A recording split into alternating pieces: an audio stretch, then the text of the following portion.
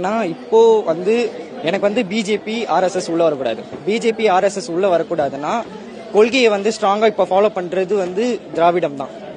அந்த திராவிடம் தான் வந்து இப்போ இப்போ எங்களுக்கு வந்து வேற வழி இல்லை. எனக்கு இப்போ திராவிடத்திலேயே நிறைய பிளஸ் இருக்கு, நிறைய மைனஸ் இருக்கு. ஆனா எனக்கு வந்து பிஜேபி உள்ள வரக்கூடாது. எவன் நல்லவன் கம்பேர் பண்றதை விட எவன் கெட்டது கொஞ்சம் கம்மியா செய்வான் அப்படின்னு கம்பேர் பண்ணும் போது டிஎம்கே ஓரளவுக்கு ஓகேவா தான் இருக்கு. ஏன்னா பிஜேபி ஆர்எஸ்எஸ் வரக்கூடாது. அதனால வந்து டிஎம்கேக்கு தான் ஓட் போடுவேன். டிவிகே வந்து வெறும் டிஎம்கே மட்டும் தான் எதிர்க்குது. டிவிகே எப்போ பிஜேபி எதிர்க்குதோ அப்போ கூட யோசிக்கலாம். ஆனா விஜய்க்கு வந்து எனக்கு நான் பார்த்த வரைக்கும் இப்போ வரைக்கும் லீடர் கெப்பாசிட்டி விஜய் கிட்ட கிடையாது. ஏன்னா அரசியல் எதிரி வந்து டிஎம்கே சொல்றாரு, கொள்கை எதிரி வந்து பிஜேபின்றாரு. அரசியல் இல்லாத கொள்கையும் கிடையாது, கொள்கை இல்லாத அரசியலும் கிடையாது. அப்படின்னு பார்க்கும்போது கொள்கை எதிரி வந்து இது வரைக்கும் அவர் வந்து மாத்தி பேசினதே கிடையாது.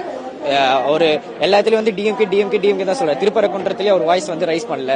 கவின் ஆணவ கொலையத்திலயும் வந்து அவர் வாய்ஸ் ரைஸ் பண்ணல. எவ்வளவுதான் சென்ட்ரல் கவர்மெண்ட் வந்து எவ்வளவுதான் இது பண்ணாலும் அவங்க வந்து சென்ட்ரல் கவர்மெண்ட் கிட்ட கொஞ்சம் சேஃபா தான் இருந்துக்கிறாங்க. அவங்க பொறுத்த வரைக்கும் டிஎம்கே மட்டும் தான் சொல்லிட்டு இருக்காங்க.